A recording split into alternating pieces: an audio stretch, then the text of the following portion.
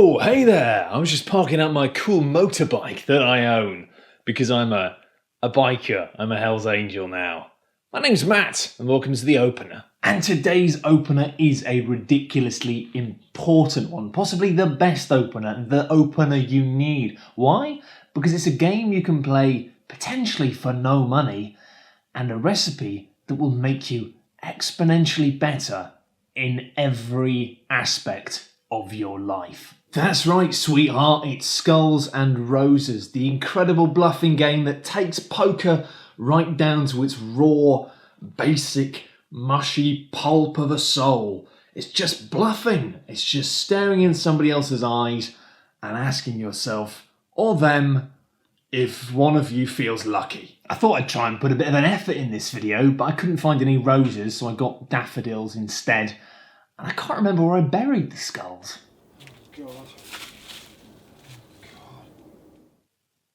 The legend behind Skulls and Roses is really cool. I don't know if it's true or not, but the idea is that there was these biker gangs and they used to decide who could be the leader by seeing who could get dragged along by a bike on the road for the longest amount of time without needing to tap out. But in the end, they decided that was perhaps a little bit dangerous, so they invented this game instead. I don't know how true that is, but I love the idea. And the main reason I love it is because it really cements the idea, something that I believe in and something that essentially created the opener, in that everybody likes games. You might not have found the game that you like, your friends might not have found the game that they like, but games are for anyone. They're for psychopathic hooligans with motorcycles. And if you are a Hell's Angel, please don't track me down and hurt me for saying that. Now, if you have a look inside the box, you'll be surprised to find that there's barely anything bloody in it. And that's because Skulls and Roses is an incredibly simple game. It's so simple, in fact, that when I first had it explained to me, I didn't understand that there was a game there. It didn't feel like there were any mechanics there. How was it fun? Why was it fun? It's because it's a game that is all about bluffing. Each player starts with 4 of these little round disc cards. And if you look on the back of them, there are roses, roses, roses, a skull. And the way the game works is remarkably simple. You go round the table in a circle, clockwise, standard.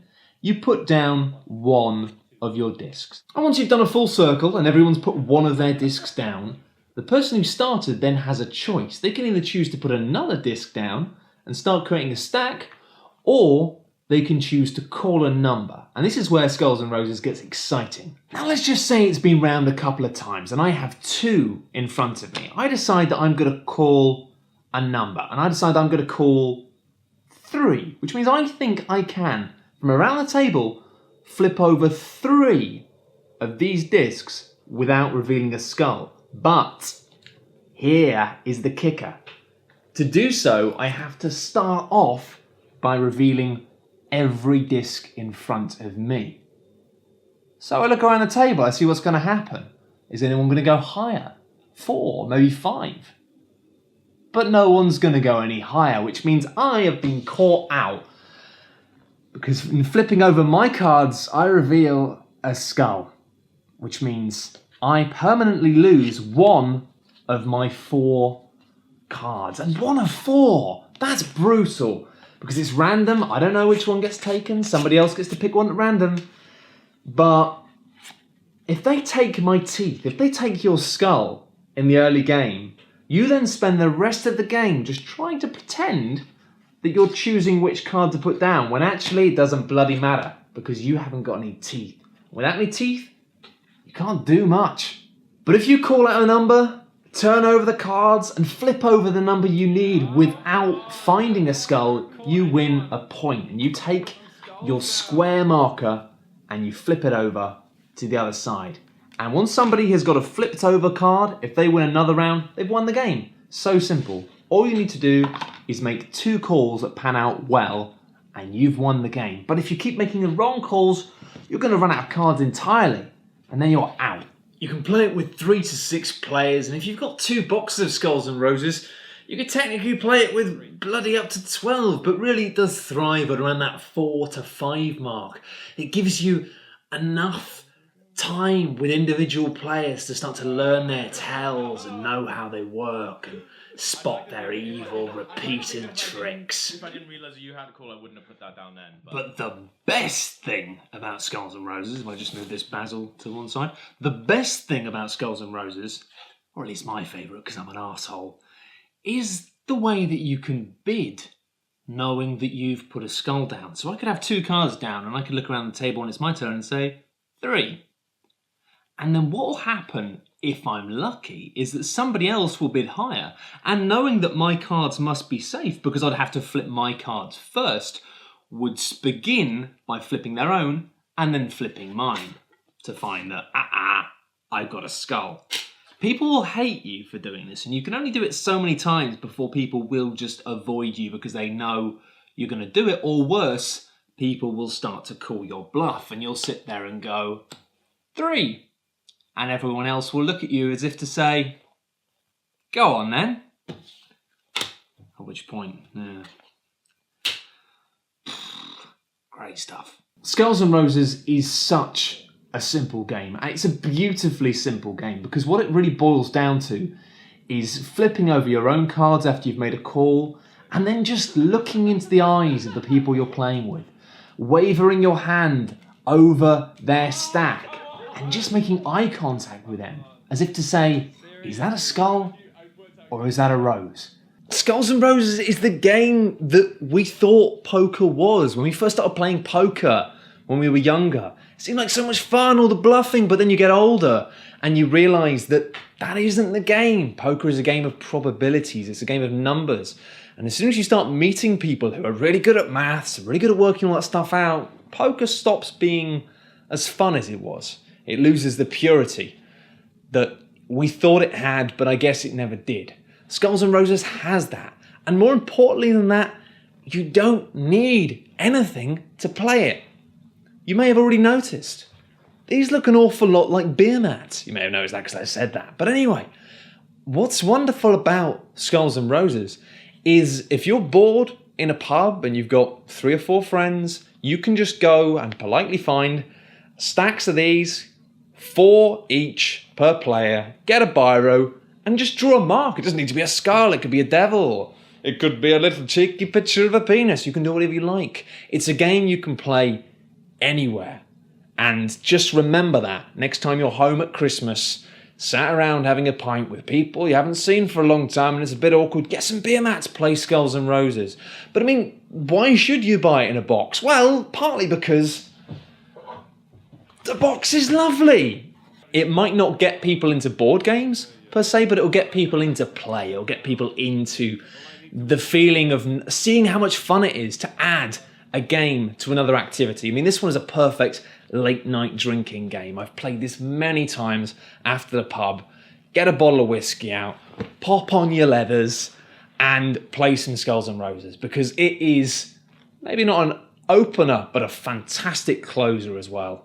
Honestly, polish off a night with a game of Skulls and Roses. So simple, anyone can play. So much fun. And while you're doing it, eat some pizza.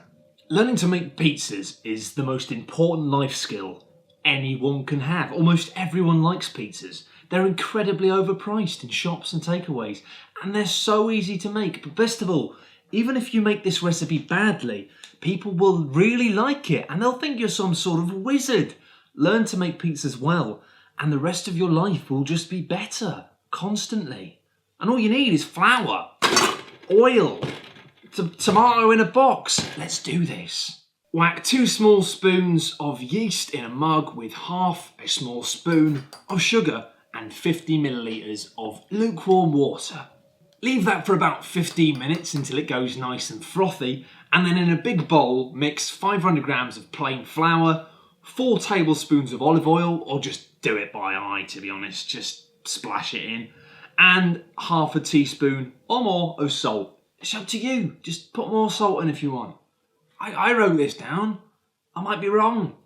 Whack the mug of yeasty stuff in with the flour and add about another 100 millilitres of warm water in with it all and just mix it up with your hands. Oh, make sure you have washed your hands because this stuff is going to stick to you like napalm.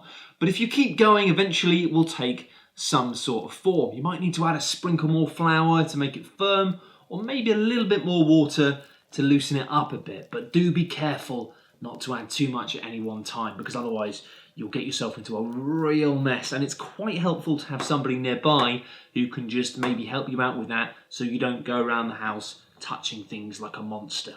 You don't want the final dough to be thick, and it will still be a little bit tacky to the touch. But then just leave it in a bowl, cover it with a tea towel, and leave it for about an hour and a half.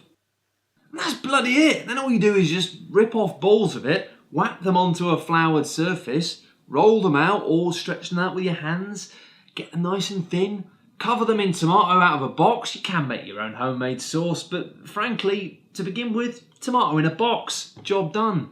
And then put whatever you want on it. And it goes straight in the oven. It takes about 10 minutes. Now, the best thing about this is it means you can make up loads of this stuff and then just ball it up and put it in the freezer. And then you can just have homemade pizzas whenever you want, as long as you've defrosted a bowl of stuff in advance. It's going to change your life. You can have pizza whenever you want, and it will cost you basically nothing. But most importantly of all, you can put whatever you want on your pizza, whatever you want. You can do anything. Nobody can stop you. Honestly, nobody can stop you. They might try, but they can't. And that's why on tonight's pizza, I think I'm going to have a recommendation from somebody on Twitter, which is pineapple and pepperoni. It sounds insane. She's probably insane, but it might not be insane. I'm going to find out. And that's it. It's a pineapple and pepperoni pizza. Will it be a good idea? Will it be a bad idea? I guess we're going to find out, aren't we? I don't trust it. No, it's not. Come on. Don't eat that. Don't. Whose idea was this?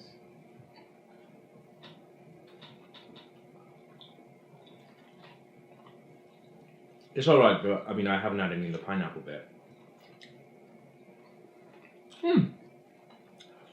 Oh, it's okay, actually. Yeah. It's good. Kind of works. Thank you very much for watching. We can go away now. We're eating pizza.